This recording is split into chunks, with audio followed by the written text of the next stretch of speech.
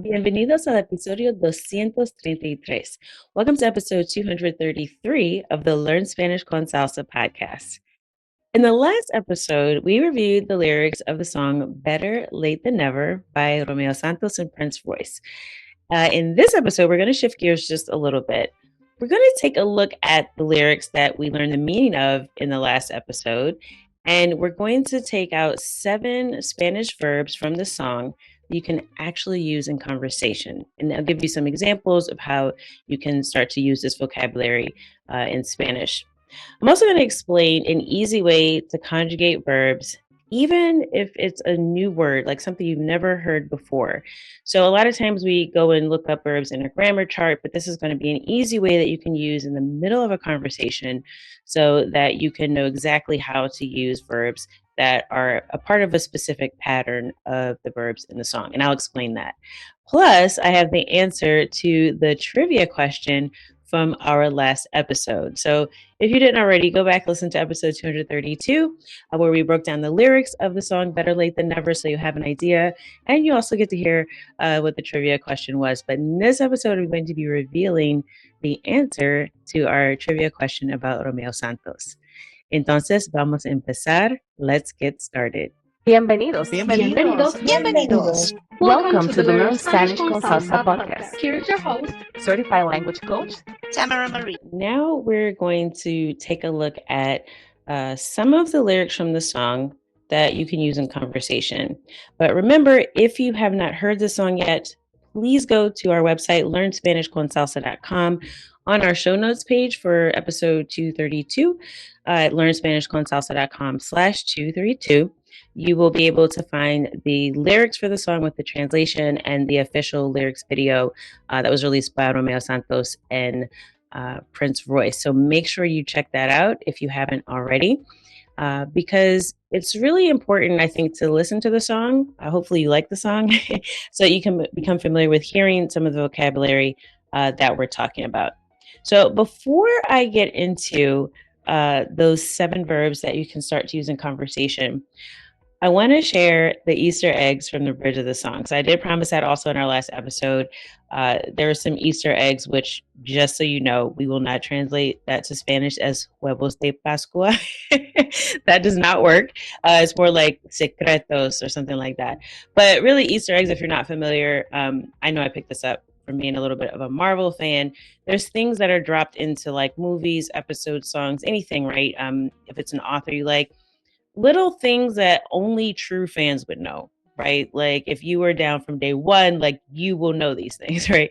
So some of these are like just little things that are I guess put into the song. I guess if you think of like an Easter egg hunt, you go in, you go, oh, look at that Easter egg, right?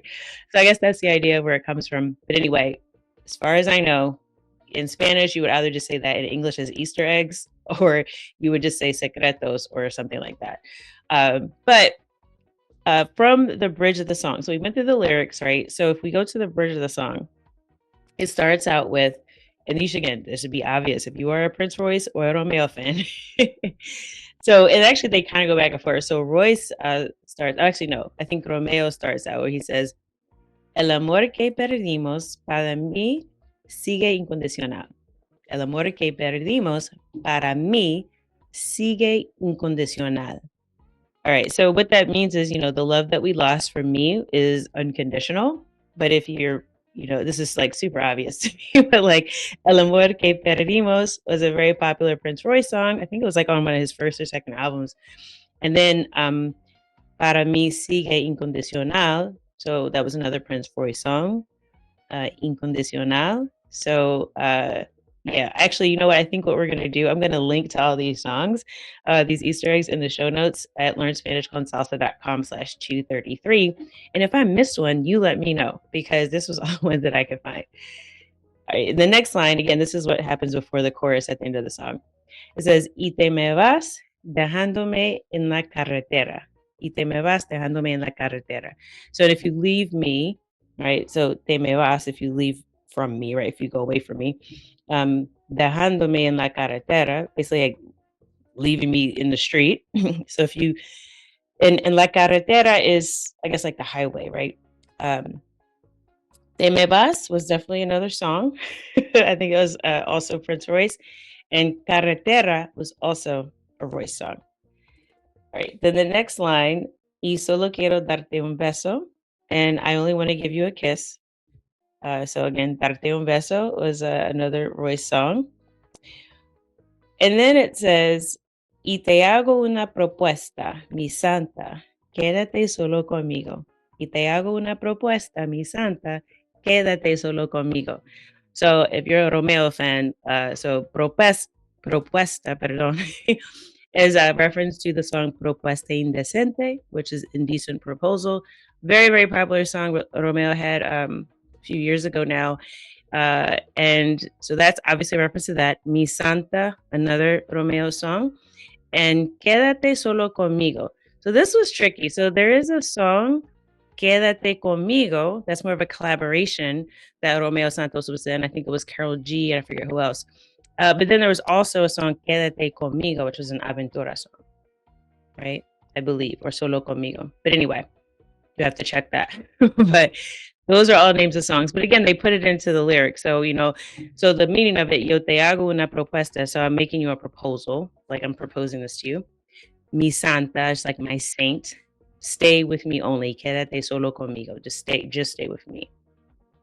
All right. And the next line, aunque yo fui soberbio y canalla. Aunque yo fui soberbio y canalla. So first, the songs on this, Overview and Canalla, two different songs, both by Romeo Santos on his solo albums. But the meaning of this is, although I was arrogant, and Canalla is a little harder to translate. The translation I give you is like scoundrel, but it's kind of like, I don't know, like a person that's up to no good. Like you're kind of devious is the way I would say it. I don't know if we have like an exact good word for that in English translation, but yeah, scoundrel is the one that comes up. But that just sounds, no one would actually say that in English. It's kind of weird. But yeah, so even though I was, so you're saying he's not anymore. I was arrogant, so better be yo, y canalla, which is just like a bad dude, like up to no good. And this isn't one you wouldn't say canajo because it's a male. That's just like the word is canaja. And that's another Romeo song. So even though I was arrogant and I was like, not a good dude, the next line says, I promise, te prometo, eres mía, you are mine. And te prometo, so if you remember, Romeo Santos had a song with, I think it was Drake. Wow, in the pre-Kendrick Lamar beef days, it's a song called "I Promise." Or Drake actually sang in Spanish. That was kind of weird. He actually didn't do a horrible job, I don't think. And then "Eres Mía" is another Romeo Santos song. So I promise you're mine. So again, this was just kind of a fun part of the song they both added. And they were kind of going back and forth saying the names of each other's songs. And they tried to like move it into or mix it in with the song lyrics for this song. So I kind of love this collaboration with the two of them because it's almost like not only are they working together, right, on this joint project, they released an entire album together, but it's almost like a celebration of their careers, right? Even throughout the different songs as they're working together. There's a lot of fun themes in that one, the album, but it's also just like a celebration of like, look, I'm the prince, I'm the king. We're working together. We've had this huge body of work, and it's something for the fans. And they actually did a show in New York, I believe, to like launch this. And I saw the clip. Actually, I'll include the video in the show notes as well, where they are just kind of going back and forth. It's like a battle. They're saying like one line from the song to start it out, and then the whole audience is singing along. So Romeo will do one song, and then Royce will come back and he'll start another song, and the whole audience is singing. And they just go back and forth. So cool. So yeah, that's why I think for me, like, and I believe they're going to go on tour as well. It's just great if you're a fan of bachata, a fan of Latin music. I'm definitely going to be looking for tickets to that tour. But yeah, so those are all the Easter eggs from the song that I could find. Now let's look at the most useful verbs from the song. And again, these are things that I hope you can use in conversation. Number one is ameritar. Ameritar. So in the song, he actually says, esto amerita una última pelea. So this merits one last fight. So this is the third person singular form of the verb ameritar that's used in the song. Esto amerita una última pelea. So as I explained in the lyrics breakdown, this verb ameritar, it really means that like it's worth it, right? It's similar to valer la pena, but it's just this one verb, ameritar. And it's a little bit more, I want to say more sophisticated, but it's this way of saying that it's worth it, or it's like merits, right? It's worth a fight. So that's the line from the song. But here's some examples on how you might use this in a conversation. So, for example, if you want to tell someone like, look, this is probably a good time for you to have some patience. You could say, esta situación amerita mucha paciencia. Esta situación amerita mucha paciencia. So this situation merits or deserves a lot of patience. Okay. So that's just a different way of saying that it's worth it, or it merits sort of the effort that you might put into it, right? The second verb that you have in the song, that again, you probably have heard it before, it's pretty common, is the verb luchar. Luchar, which means to fight. Okay, so luchar, again, it does mean to fight physically, but it also means to fight for something, right? Whether it's for a cause or for another person, then you can use the verb luchar. Now, in the song, it says, voy a luchar por ti. Voy a luchar por ti. So I'm going to fight for you. But a way that you can use this in conversation, like you might say, yo lucho por mis sueños todos los días. Yo lucho por mis sueños todos los días. So I fight for my dreams every day. Right. So again, if you are really working for something, it might feel like a struggle, right? Or a fight. So that's another word that you can use in that context. Another way that you could use luchar, if you're talking to someone else, you're talking to a friend about like how hard they work for their goals. You might say, tú luchas mucho por lo que quieres. Tú luchas mucho por lo que quieres. So you're basically saying, you fight a lot for what you want. So you're basically telling a person like, hey, you have a lot of perseverance. You're someone who is not going to give up and you're going to fight hard. Okay, number 3 is bloquear. Bloquear. In the song, it says, ya que me bloqueaste. So this is the second person, and this is in the preterite past tense. So since you blocked me, right? So in the age of social media, this can be a really useful verb to know. So it just means to block. So if you're setting boundaries with people online, with your social media usage, you can say, yo bloqueo a la gente negativa. Yo bloqueo a la gente negativa. So I block negative people. You don't want to see that in your feed. And notice this, a la gente. So this is the personal a in Spanish. So when you're using a verb to refer to an action like before a person, you have to add that personal a. It's just a verb grammar construction in Spanish. So I can't just say yo bloqueo la gente. Yo bloqueo a la gente. Okay, so bloqueo a la gente negativa. So this is just people in general. And also notice it's not negativas, right? Even though gente means more than one person, because the word la gente is singular, you would say la gente negativa. So yo bloqueo a la gente negativa. Or if you were, gossiping about someone else's drama, like in that song that we heard the example where, Romeo or Prince Royce, they got blocked on social media, so they went to the person's house. I still don't know about that.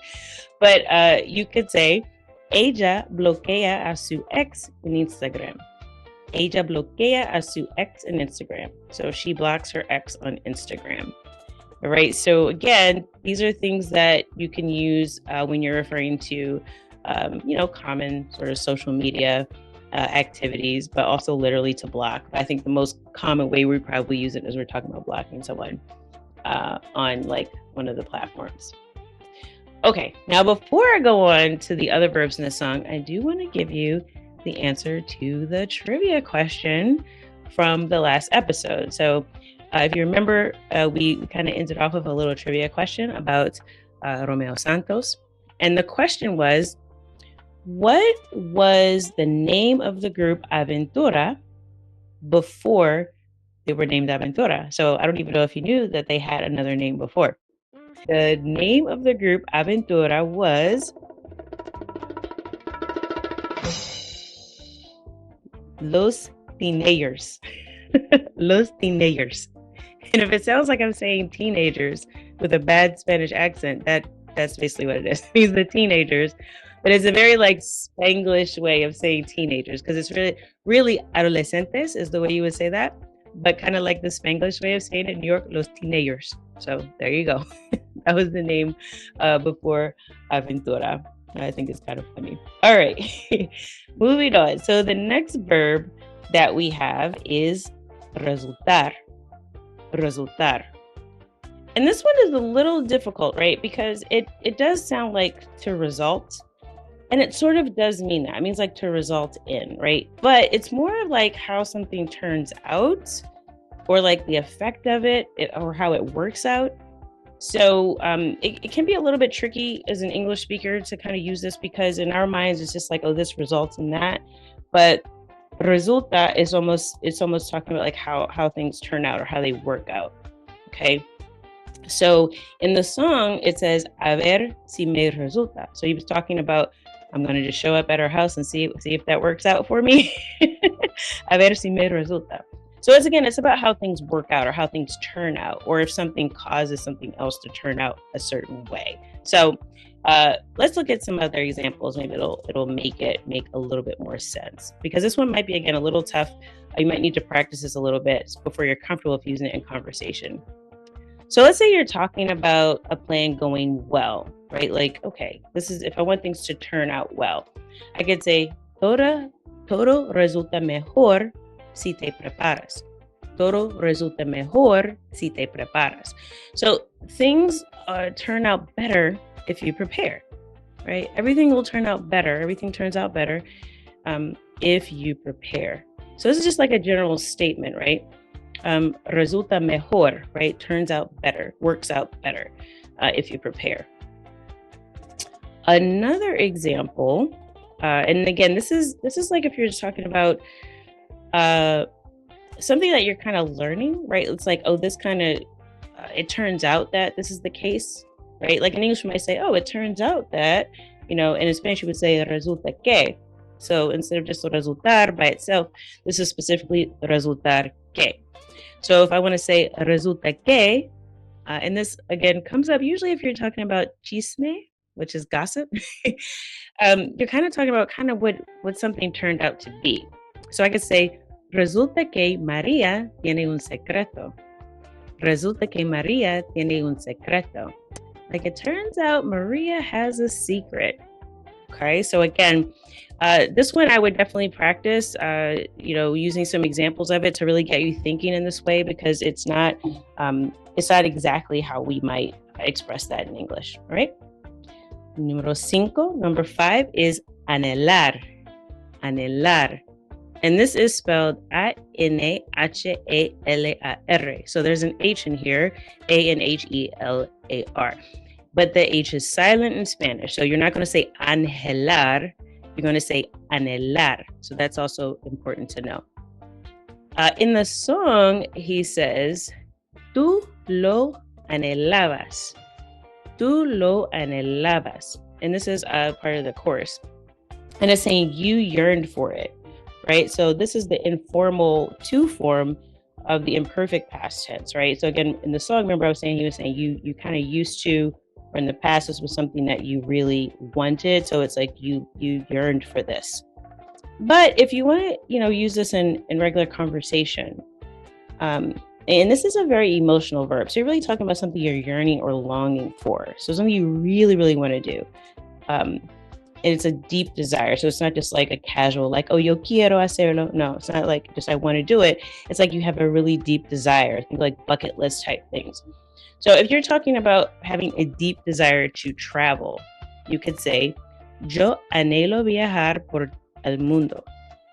Yo anhelo viajar por el mundo. So I want to travel the world. You know, I really, really want to travel the world. Or if you're observing someone else's desire, you go like, ooh, I get a sense this person really wants this. Example would be, mi padre anhela una vida tranquila. Mi padre anhela una vida tranquila. So my father yearns for a quiet life. He really wants some peace and quiet. So again, this is more than just quiero, right? To want or I want. This is I really want something. I yearn for this. So really deep desire. All right. So the next verb we have, número 5, es madurar. Madurar. And this is to mature, right? And in the song, it says, por fin, maduré.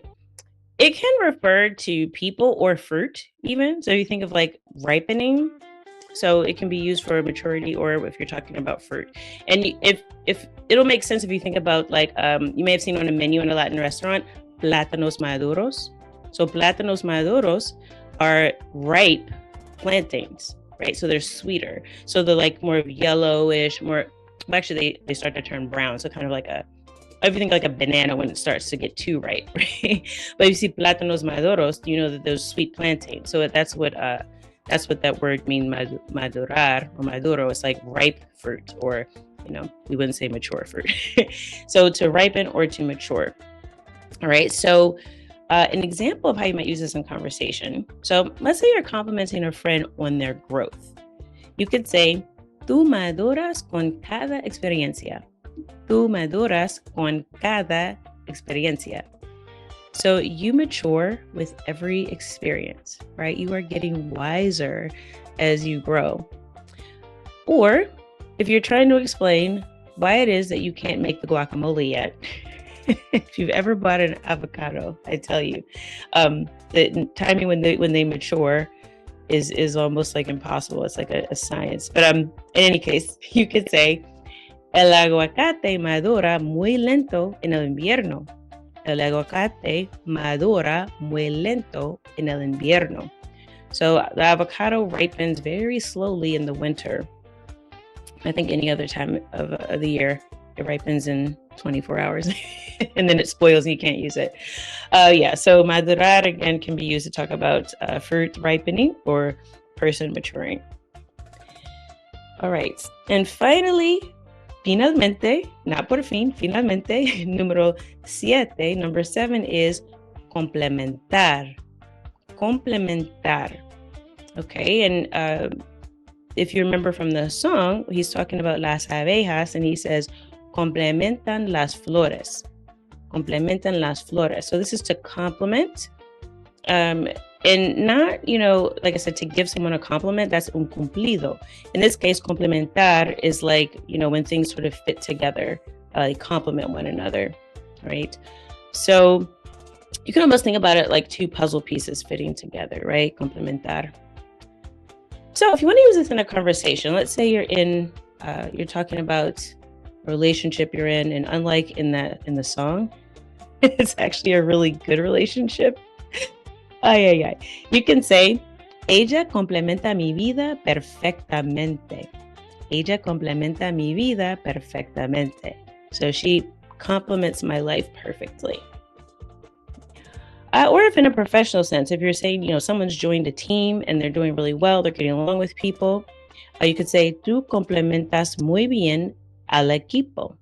Tú complementas muy bien al equipo. So you complement the team very well. Right, so those are the 7 verbs that you can use in conversation, and we will review them in a second. But before I go over the meaning, I want to see if you can catch a pattern with these verbs. So I'm going to go through them again. I want you to just think, what do these verbs have in common? So we have ameritar, luchar, bloquear, resultar, anhelar, madurar, y complementar. What do these verbs have in common? If you haven't got it yet, all of the verbs end in AR or AR.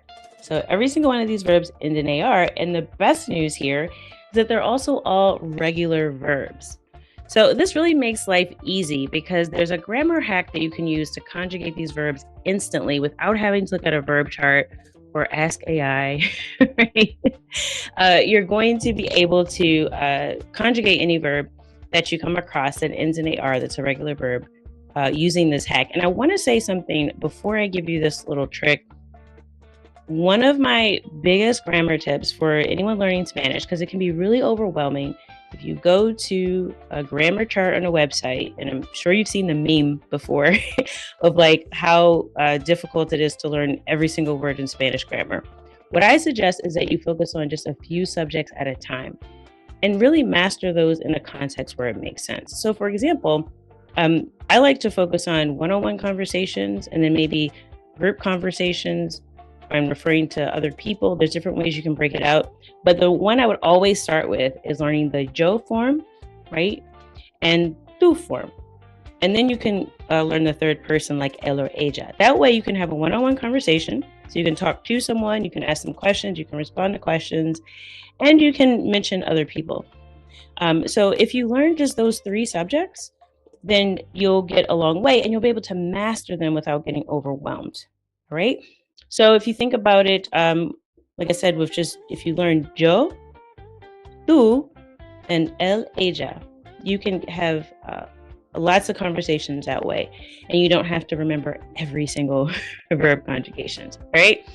So if we look at just the pattern here, and again, if you are more advanced, this might be pretty easy to you. But if this is something you struggle with, if verb conjugation is something that you struggle with, try it this way. So like today, we're just going to focus on yo, tú, él, ella. So for yo, it's usually very easy. And this applies almost to all verbs, not just AR verbs, right? But for yo, it's really easy because the subject for I in Spanish ends in O, and the ending is also O. So you would just drop the AR from the verb luchar, and you would get yo lucho. Okay? So instead of the AR, again, you kind of drop that and you just add the O. So yo bloqueo, yo anhelo, yo lucho. Very, very easy. So I would definitely recommend making sure that you have this pattern down. So just think yo, O. And then for tú, and again, this is informal. So, and I think most of the conversations you're going to have are going to be informal. You can also use usted, but I usually recommend starting with tú because it's just easier. So if you learn the tú form for AR verbs like luchar, madurar, you just really are going to replace that R with an S. So it becomes luchas, maduras, complementas. So if you think tú, has, and then you just use that to replace the last few letters. And then for él and ella is the same. This is also the same for usted, by the way. But, again, to keep things kind of basic, I would just think of this as more of the third person singular. So él or ella. Then you just really just get rid of the R at the end, right? You slash it. So luchar becomes lucha. So lucha, bloquea, madura. So they all just kind of have that A at the end, right? So if you think about it, the pattern is really simple. Yo, O. Tú, has. Él, ella, a. Right? O, has, a. O, has, a. Right? So when you think about that, or however it works for you to remember it, yo, O, tú, has, él, a. Right? Or ella, a. Which I find easier to remember because ella also ends in an A.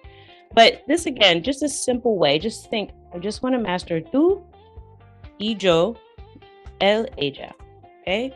O, has, a. And then once you master that, you can start to add on more like the third person, the plural forms. But start with just doing these three. And this pattern works with all regular AR verbs. So that's it for this episode of the podcast. Again, just to review the verbs that we went over today: Ameritar, to deserve or to merit; luchar, to fight for a cause or for a person; bloquear, to block; resultar, to work out or to turn out; anhelar, to yearn for, deeply desire; Madurar, to mature or ripen, and complementar, to complement. So again, I hope that you have enjoyed this breakdown of the lyrics of the song, that you really enjoyed those Easter eggs, and that you're also enjoying listening to the song Better Late Than Never. As always, don't forget to go to our show notes page. We'll go over the vocabulary and the examples that I explained in this episode. LearnSpanishConsalsa.com/233 for episode 233 of the podcast. And as always, I hope that something that you've heard in this episode has taken you one step closer from Spanish beginner to bilingual. Hasta la próxima. Thank you for listening to the Learn Spanish con Salsa podcast at LearnSpanishConSalsa.com.